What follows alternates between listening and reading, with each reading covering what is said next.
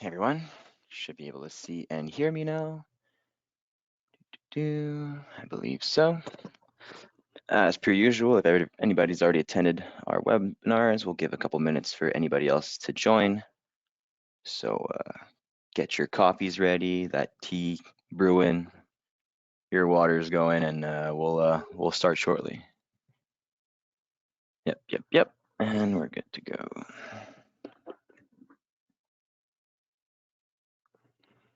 Make sure that I'm sharing the right screen.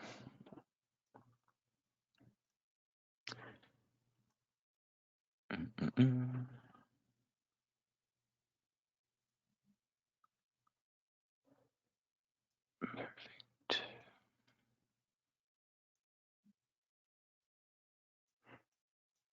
Close this, not important. All right.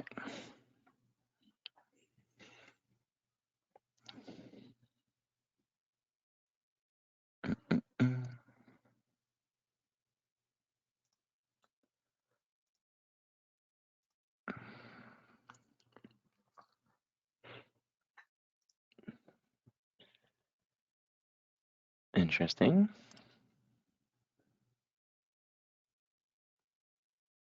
Cool, all should be good.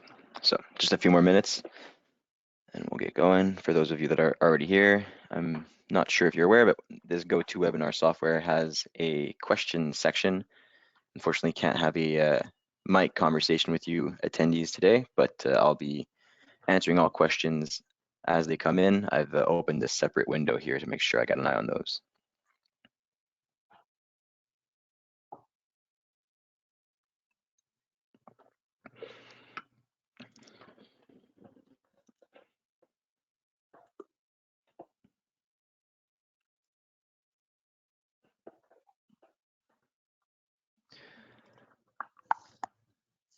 Might as well close everything else we got going on here. Make sure we've got the best Wi-Fi possible for this webinar.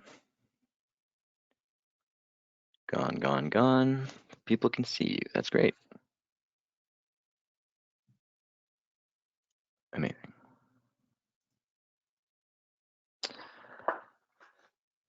It's not looking like we're getting more than the 3 that we already have. I'm gonna give one last little minute and we'll get going. It will be recorded like every other webinar we have. So if every one of you end up leaving or having to log off for a quick minute and miss something, at least you'll be backed up with that recording. Not much use saying it, but if anybody joins afterwards and misses a part at the beginning, they'll have a recording, of course. So it'll all be accessible. Just give them until 04 and then we'll get rocking. Should have enough time today. We have 3 decent topics to go over and it'll take us around 30 to 40 minutes. So hunker down and get ready to learn.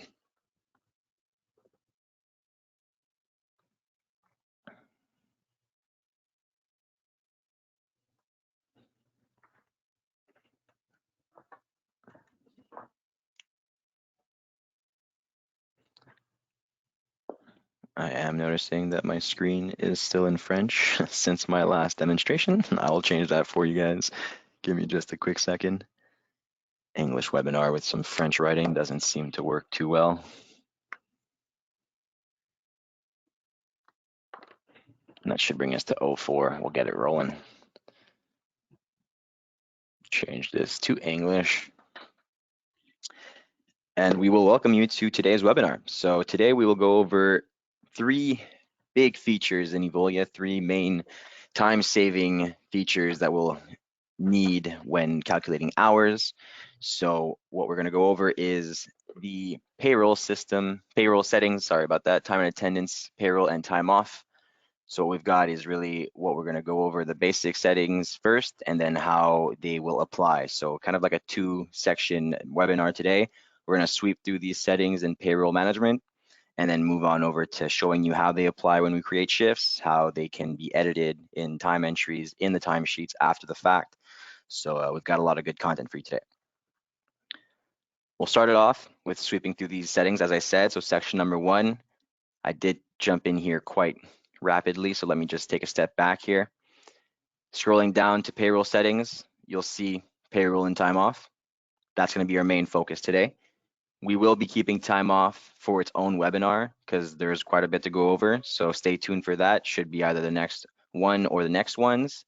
But we'll focus on payroll, basic settings, the premiums, and the overtime calculations. It's going to give us enough content to go over today. So let's start off right here, payroll management. The first settings that we need to activate will be how your pay period will react or how it is defined, right? We've got quite a few options. The four main ones, as we'll see, either weekly, bi-weekly, bi-monthly, or monthly. Quite straightforward. You select the one that you are on internally, and then you are off to the races once you set the first start date of your first pay period on this system. So or for your business, sorry, not on the system. So how this one works, it will be really defining that first pay period so that from that point on, it'll always be from Sunday to Saturday if it's weekly, or from Sunday to the next Saturday if it's bi-weekly, so on and so forth with the period we select.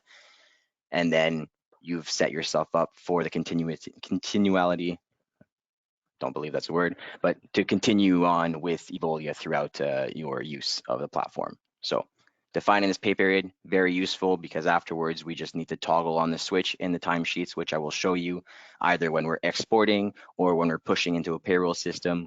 We won't need to redefine the pay period. It's already set in stone and of course can be edited if ever need be. That's for your pay period up here. I'm sure some wandering eyes have gotten down to the bottom of the screen already with the night shift. So what we're seeing here is how this night shift will react in our timesheet or in our reports, right? So we want to see those hours either on the beginning day of the shift or at the end day of the shift. So super straightforward. You just need to set up how you want it to react, and then afterwards it'll follow your lead and give you those hours on the respective day. I will remind you pretty much every section that there is a question section in GoToWebinar. So if ever I go over something either too quickly or not clearly enough, please feel free to ask away. Moving on to the next section here. As we said, we're going to skip our time off categories. We're going to keep that for a second webinar. We're going to jump right away to shift premiums management.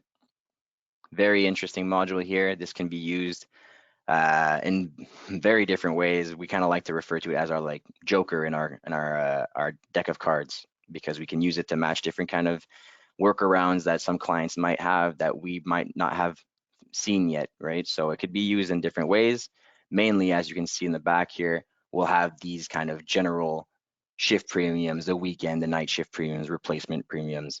But as we go through these settings, you will see that it can be used in many different ways and can be used to patch different kind of utilities or needs when it comes to increasing or modifying a pay range. So we'll add one today together.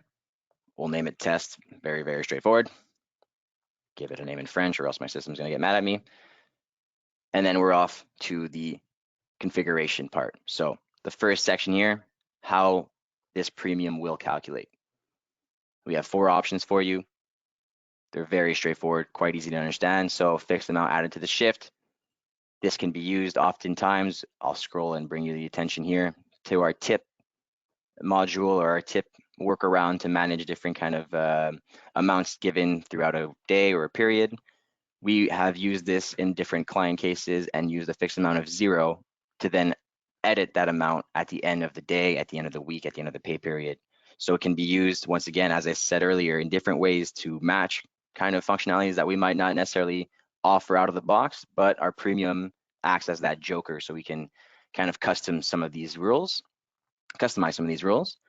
I'll go over that tip premium when we go into the timesheets and the edits.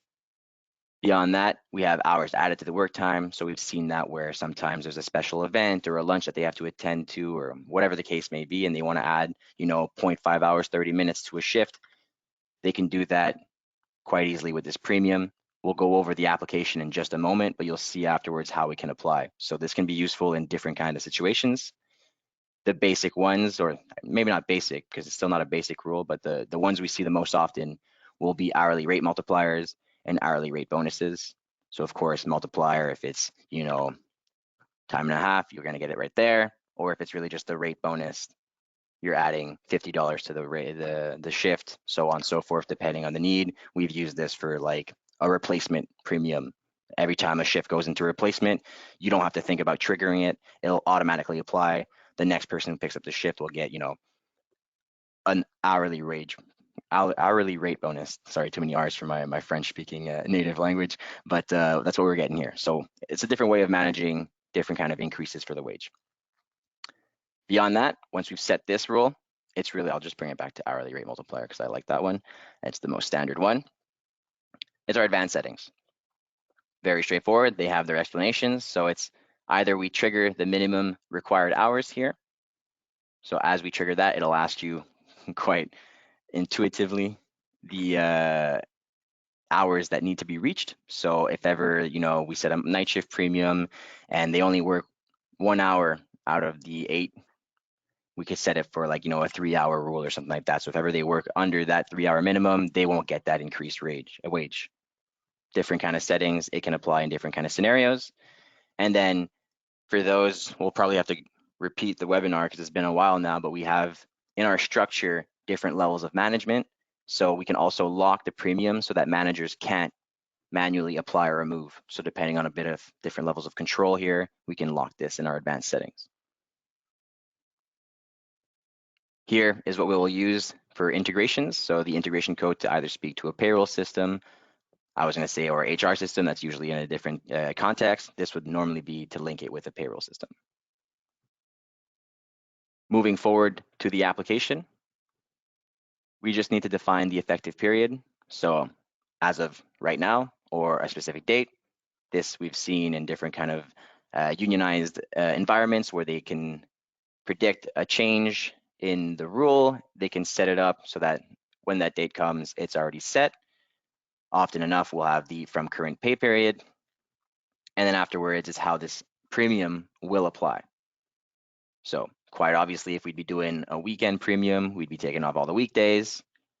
We can also have it day of the year. So if ever, we need to match this feature, we've seen it before in the situation where employees have a stat holiday, but they also work on that stat holiday. If you need to match the stat holiday pay with a different wage that's, tolerated once they work on that day, we've matched it with using a premium for stat holidays and the stat holiday feature to get that accurate amount to pay for that specific day.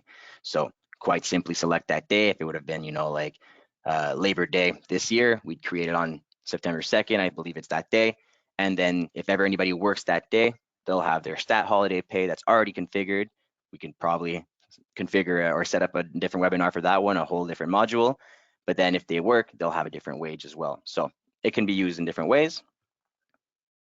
Bring it back down to here because afterwards I want to show you time frames. So if ever we have different kind of time frames, perfect example, the night shift premium, quite straightforward. If ever they work 10 to 6 or whatever the case is in your business, they'll get that premium. And then here, very interesting, if it's all the hours or if it's just the shift hours that overlap. So all the hours, if Jeremy here works and finishes at 11, he might get, all the hours of his shift in overtime. Or if he gets, just the hours that overlap, he might work 9 to 12. He's only going to get those 2 hours of overtime, 9 to midnight, right? So depending on how you want this to apply, and then you're off to setting up who gets this rule applied to them. So this is a very, very critical feature in Evolia. This is something you'll find in the majority of our settings, in the majority of our different kind of business rules we can set. The system will always ask you, once you've created a rule, created a setting, who this will apply to. So as I stated earlier, we can make premiums that'll trigger for a specific shift type. So in this situation where we want a replacement shift, any type of shift that goes into replacement will have the premium. Or we can go off of the employee statuses, part-time, full-time, training, so on and so forth, or the structure we've created for you in the account. So the teams, the positions, the locations, even sometimes the individual member. And I say sometimes because it's not every setting that gives you this last segmentation of members. It'll but most will. So like, premiums, overtime, we're going to see as well. If you have a specific rule for the most senior member of your team, we can set that rule specifically for that member. So quite interesting, quite customizable. And then of course, the last little feature down here, last little toggle switch, is if you want it to apply automatically or not, which you'll see in my application part of this webinar. When I create a night shift, my night shift premium comes in automatically. I can take it off, of course, depending on the need. Quite straightforward, I believe. The comments and questions section is still open for anybody that has joined since the beginning of the webinar. I see a couple of new names, so keep in mind, I believe it's the bottom right of your GoToWebinar. I've never really been a participant, but there is a comment section. I have it open on my end. If ever you have any questions, I'm here to answer. This is what we've got for shift premiums. We're gonna move on over to overtime rules. So this guy, very interesting tool. If I go to add an overtime rule, you'll see that this first part, the information part and the calculation of the rule will be very similar to the webinar, to the premium rule. So we'll start off by giving it a name. Once again, French and English, we are bilingual, or even trilingual if we have Spanish activated on our account. Afterwards, you just need to define the period of application. So very, very straightforward.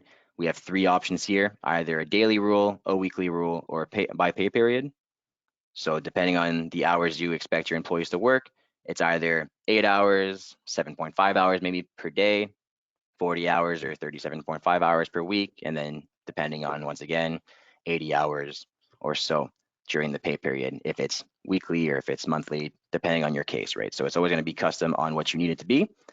What's really interesting is if I bring your eyes to the right here, is that we can set brackets.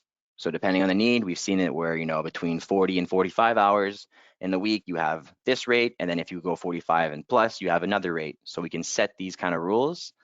And I'm going to go over this in just a few moments, but we can also set the priority of the rules. So we can set which rule will trigger first. We'll go over this in a few moments. So very interesting if you have this kind of bracket setup where 45 and less is one rate, 45 and up is another. We can configure this and have it automatic. Let's bring it back down to daily 8 hours. That's perfect. Overtime formula, same four options as what we just saw in the premiums. Multipliers, bonuses, work time, or added to the value. So it's very, very intuitive here. Same thing as the premiums. Advanced parameters, I'll just give it a value here. Why not? It makes a lot more sense. Your advanced parameters will be really just to bank the overtime or to include the leave. So let's bring a little bit more focus in on this. Very interesting. We've seen a situation where employees have the option to either bank or get their overtime paid. We can set this up to have two different rules and let the employee, request their banked overtime. So how this would work is once we toggle this, of course, we'll see this in our time off request webinar, but we would then just define the bank that these hours will go into. So after every 8 hours worked, extra 2, 3, 4 hours worked that day, they'll automatically go into the overtime bank so that that employee can request time off from that bank later on. So very, very neat tool here. You can have two rules as well, and you can always edit. We'll show you afterwards in the timesheets. If one overtime was paid and it needs to be banked, we can edit that in the timesheets after the fact. So really neat. You're never really set in stone with Evolia with anything that's a time entry. Afterwards, include leave. So you'll see in the leave requests or the leave types, we have settings in our leave types. Might as well show that quite quickly, just a quick jump. I didn't want to go too much into the types of time off, but this is quite important. You can include the leave hours in your overtime calculation, and you can define this by different type of time off, so that if you have this feature toggled on, include leave hours, every leave type that you've toggled on to include will be the ones that are considered. So it's pretty neat. That way, if ever they have, 43 hours, and let's just say you were counting that personal time as leave time, as to be included, sorry, it'll be, 3 hours of overtime, right? So all things that can be configured. If anything isn't too clear, comment section is there for you, or of course our support or the CSM that we've assigned to you can help you out with anything we've gone over. So premiums and overtime rules, we're there to help out. Didn't skip anything here. So integrations, same thing as the premiums. To link it with that pay system, we'll have the integration code. And then you just need to define, once again, when this rule has been effective since. So from the current day, specific date, as explained earlier, if you can anticipate a change. And then the same application criteria as the premiums. You can have it by employee status, by team, by position, location, or once again, individual member. If your memory is sharp enough of the last 8 minutes, there's missing one field, and that's the replacement. So these ones don't necessarily apply to a shift type. It'll apply to the status or the structure. Quite straightforward to create this rule. I'll play around with these now just to show you that we can have this priority. So I have a rule daily, 8 hours, it'll go banked, and a rule weekly, over 40 hours, it'll be paid automatically. So if I wanted my 40-hour rule to take priority on my 8-hour rule, I would simply move it up. And so that if ever they would hit their 8 hours, by the end of the week, if they'd hit 40, my overtime rule will take priority on my banked rule. So we can set this up and configure it so it matches the exact need of your account. And I'll show you afterwards how it works in the application part. Very, very interesting. I think there's only one thing. Yeah, no, I did everything here in the premiums time frame as well. Just wanted to make sure I didn't forget anything for you guys. This we'll see afterwards. Add spontaneous premiums. It's really for your managers. My account's an administrator. It's part of my demonstration here today. So I was going to show you how it applies. You can apply it automatically, of course. You can add some spontaneously. So on the fly, adding premiums, or just picking and choosing from the library that you've created. So we'll see that in just a moment. You can give this access to managers, not only just administrators. So you can lock it or restrict a bit of access there. Just take a quick little second here, and then we'll move on to the application part.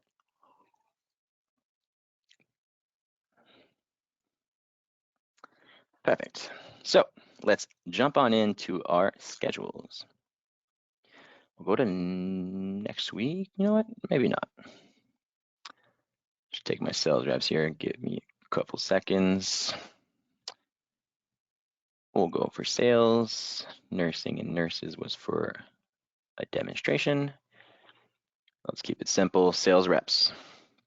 All right, these guys. I just want to show you premiums first and foremost, and then afterwards we're going to go into the timesheets and play around a bit with overtime to show you how they will apply, and that'll pretty much wrap us up for the day. Mark Hunt here. He's quite a busy bee. You can see he's already at 41 hours, so he's in overtime. If you have not noticed yet, we do flag overtime. So you guys see that over the 40 hours we planned, he's in red now, so he's in overtime. It's quite perfect for the example of the day. So what we're going to do here is really just add another shift. As you can see, it's a Friday, 9 to 5, very standard shift. There should not be a premium on this shift. So if I were to just finish my shift criteria here, give him a location, I can scroll down and I can see here in advanced parameters, there's no little icons next to it. If I really want to double check, I can scroll down and see that there are no shift premiums. Now, if I scroll up, so watch the magic happen. I'll make him work now from 10 to 6, which is quite a weird schedule for a sales representative, but you'll get the point. I scroll down and not only is there one icon, but there are two icons because I've made sure to take Friday to show you how awesome this is. So now the weekend shift premium and the night shift premium kicked in automatically because his Friday touches Saturday and his night shift premium is the 10 to 6 rule. So very, very neat. Of course, you can modify, so you can override these, take them off.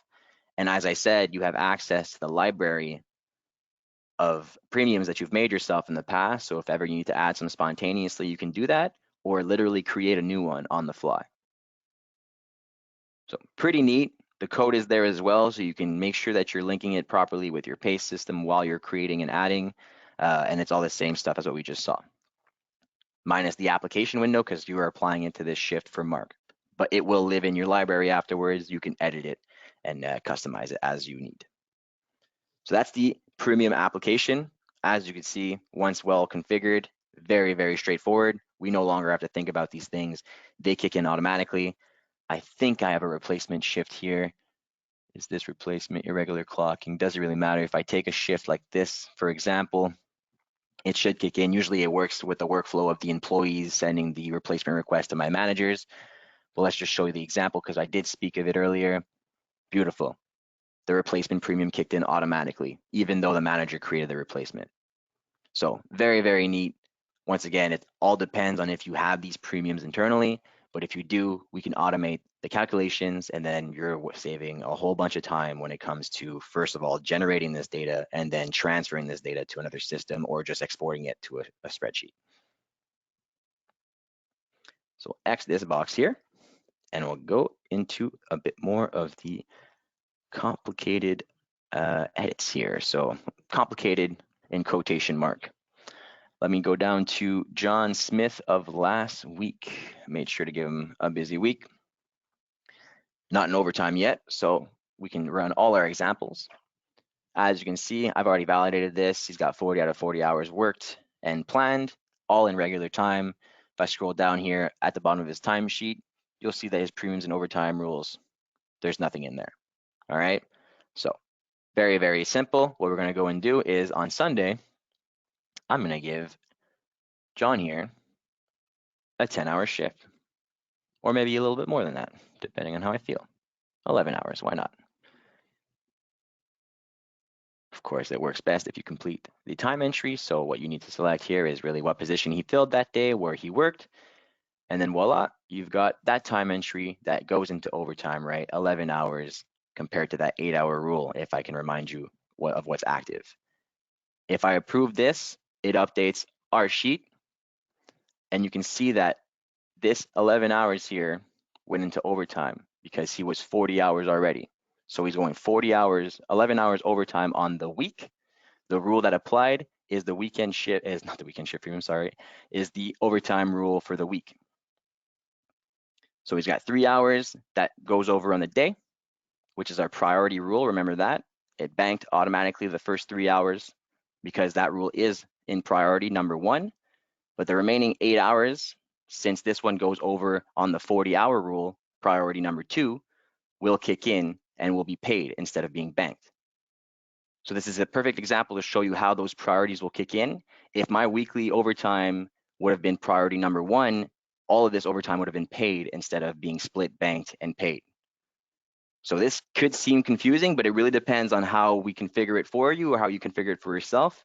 If you only have one rule, then forget all I've explained with these priorities. But if you do have rules that need priority, we can either help you out with that through our support, your CSM, or I'm sure through a bit of tinkering, you can figure it out on your own. It's not the most complex system to use. You'll see that it's really just a system of which rule kicks in first. So once again, comment section is open, comments and questions, so please feel free to ask away. But this is kind of how you'd play around with this rule. Now, what I wanted to show here, of course, would be our little premiums. So at the end of the week, if you had to add a shift premium for a tip or whatever the case would be, what we can always do is add those premiums to the time entry. So either by modifying the shift itself. So this is a really neat feature because Evolia lets you modify or edit the shift even after the time entry has been completed. So as you can see, I'm in the shift creation page now, and I can add a premium quite simply. This is the long way though. I'm just showing you because I like to show that you can edit even though after the fact. As you can see, this tip premium is still at 0 though. So if I wanted to modify this time clock entry, I can modify this quite easily this way and say, you know, he had $100 of tips on this time entry. So that's how we can use premiums to consider the tip, right? Same thing goes as if it would be at the end of a period, I could add a week premium. So if it's the tips for the week, you know, over the 20 hours, 25 hours worked, this employee got whatever the amount was, $1,000+ in tips. It's already configured, so you're not cracking your head over making a new rule every time. You just need to edit the amount that we put to 0 on purpose so that you can do this maneuver. And then of course, bank or pay, not the case here. You can even add a note if needed and add it. Save it to the timesheet, you're all set. Same thing goes here. Last little mention, never really set in stone in these timesheets. So you can edit these, and I can decide that I think I took the banked one, so it doesn't really work well. If I take my paid one, I can decide to, instead of paying it, banking it, and then selecting that time off category that I've created for overtime. So you can edit these after the fact. You can add some spontaneously. It's really, really intuitive and flexible as a system. And as you see here, these priorities are very important. I can always play around with them. Of course, now the timesheet's been saved. If ever I switch it, it won't make much of an effect. But if ever I were to have done this beforehand, the calculation would have been separate. It would have been different because my overtime paid rule for the 40 hours would have overridden my overtime banked rule of 8 hours. So keep that in mind. If you have any questions for priorities, I think that's the most complex thing that we went over today, just on how it kind of triggers and how it'll react. Once again, your CSMs are there for you if you have some assigned to you, or our support is there if you're on a free version of an account. We're always there to help out. So kind of rounds us off. I'm just going to double check my checklist to make sure I gave you guys everything we discussed yesterday in the French webinar, because that would be unfair. And I believe we did. So I'll give you guys a little 5-minute period just to digest all this information and see if you have any questions that have been generated. And then if not, we will end this webinar. We're all good here. Yep. So just to recap what we went over today, we started off by setting our payroll settings. So the pay period, how your night shifts react. And then afterwards, we went on to managing our premiums. We created a rule together, showed you the different kind of ways that they can multiply or add values to a shift that has been worked. And then we moved on to our overtime calculations. Showed you both banked and paid options that we offer, and then the different kind of applications when it comes to maybe different employees or just different rules when it comes to same thing with the premiums, applying it to different employees. So those are the 3 main topics, and then we showed you how those apply automatically or manually depending on your need. So let that simmer in, simmer down, simmer in, same thing.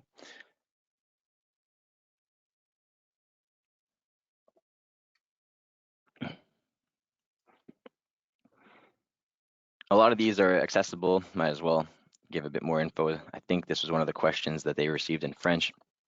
If you need to have access to these different expenses, maybe not expenses, I saw it and I read it, but what I mean is your amount of hours worked per, premium, per overtime rule. You could always export a report that's grouped by your earning codes. As we saw, every rule has an integration code section.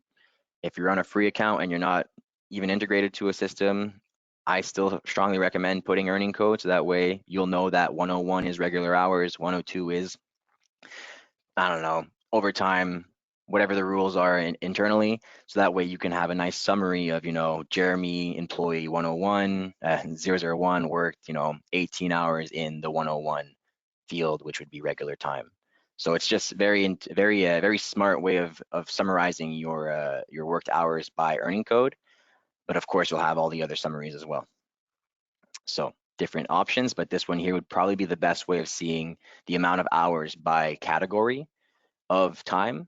And then of course, keep in mind, we had a report webinar not too long ago, but keep in mind that when you report or whenever you do anything in Evolia, you can use the filters to your advantage, right? So if I were to pull a report right now, it would only pull a report on my sales team and the position sales representative. So you can always filter out who you want to pull reports on, and instead of taking the whole team, right? Either individual employees, different kinds of things we can filter out, especially in timesheets are very interesting. So, different kind of statuses. I like this one when you're just validating things in the timesheets. Of course, if I reset all these, this is mainly for user friendliness in the platform, but you could also export a report of all your non-validated time entries if that's the case that you need. So just to show you there. And as I was rambling off, I got a question here. Beautiful. Paid and unpaid breaks. Many of our union employees take one of their 2 breaks at the end of their shift, in essence, leaving a half hour. Early, so the shift calculates for 7.5 hours instead of 8 hours when they clock. How can we get around that? Hmm.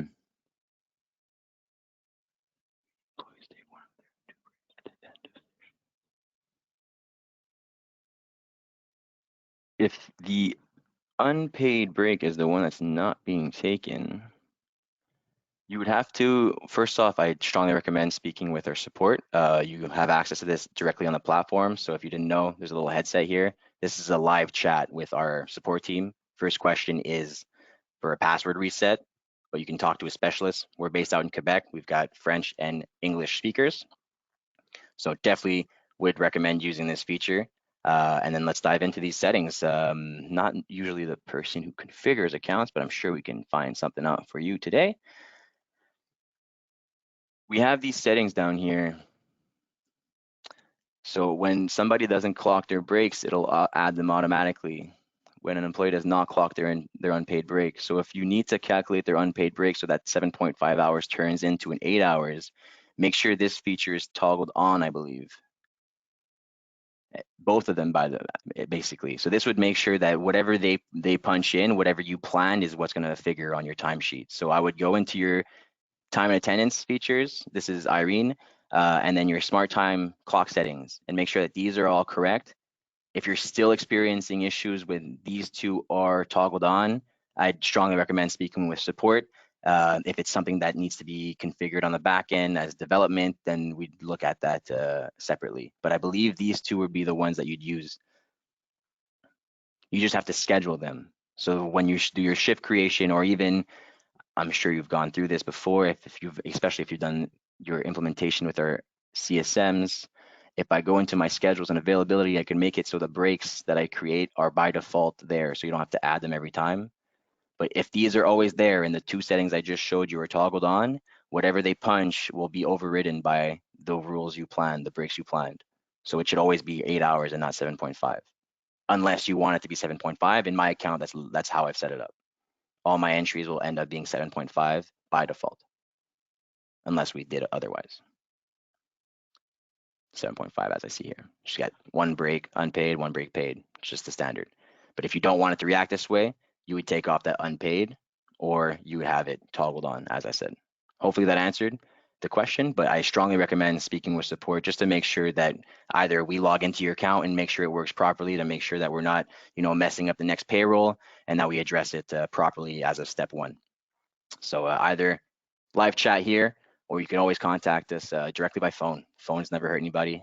We're there to help. Of course, business hours are the time to get us, but you could always contact us by phone. A specialist will hop on, once again, French or English, and will be able to help you.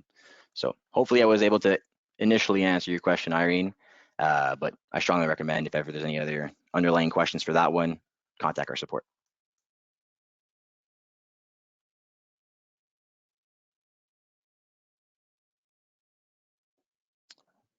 5 minutes since that question. I'll give you guys quite a couple more minutes in case I might have stimulated another question or two with that explanation, and then we'll call it a day.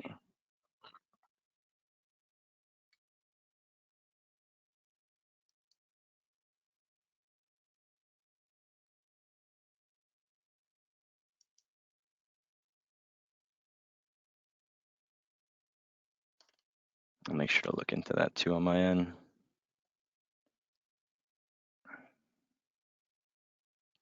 Irene Crookshanks. I'm gonna look into the account you're associated to, Irene. If you have a CSM, I'll make sure to poke them so they could make sure that your account's properly set up. If it's support, then I'll make sure that I'll try to get somebody to reach out to you to make sure that all is good. And if not, as I said, feel free to reach out to us. We're there to help out. And that'll be that. So I will slowly stop sharing my devices. My pleasure, Irene. Questions are still open. I'm just gonna gradually stop sharing stuff. And then at 40, I'll let you guys off the hook.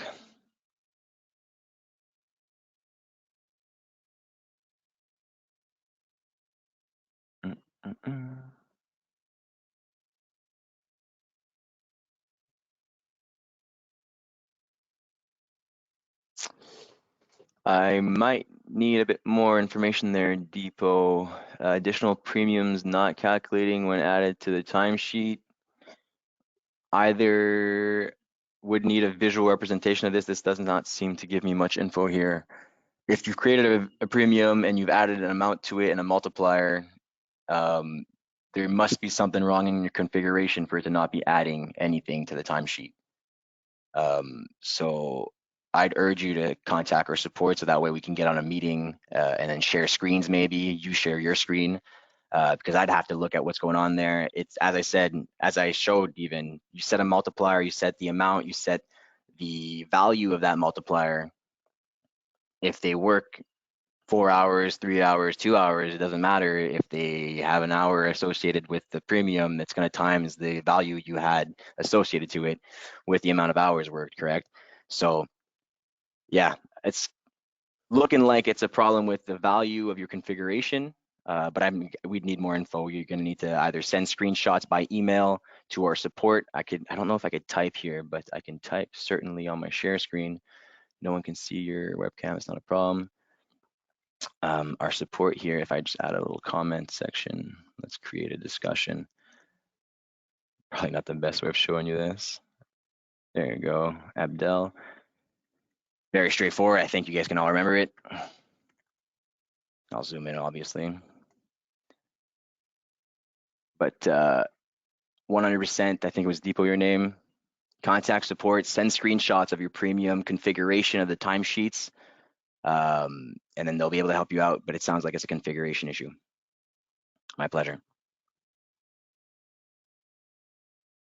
I'll keep an eye out too on our support, make sure they answer you in a timely manner. All right, so it's 42. I think we're all set. I'm gonna wish you all a very good day and thank you all for your time and your questions. Of course, it's always a pleasure to have a bit of interaction, especially at the end. Make sure that you know, some information has stuck with you guys, and of course stimulated a couple questions. It shows us that you're paying attention and using the platform. So we love to see it, we love to hear it. Keep your questions coming. As we said, support's always there to help out, and then we're here, I believe it's now weekly or bi-weekly for webinars. So stay tuned and we'll catch you next time. All right, take care everyone.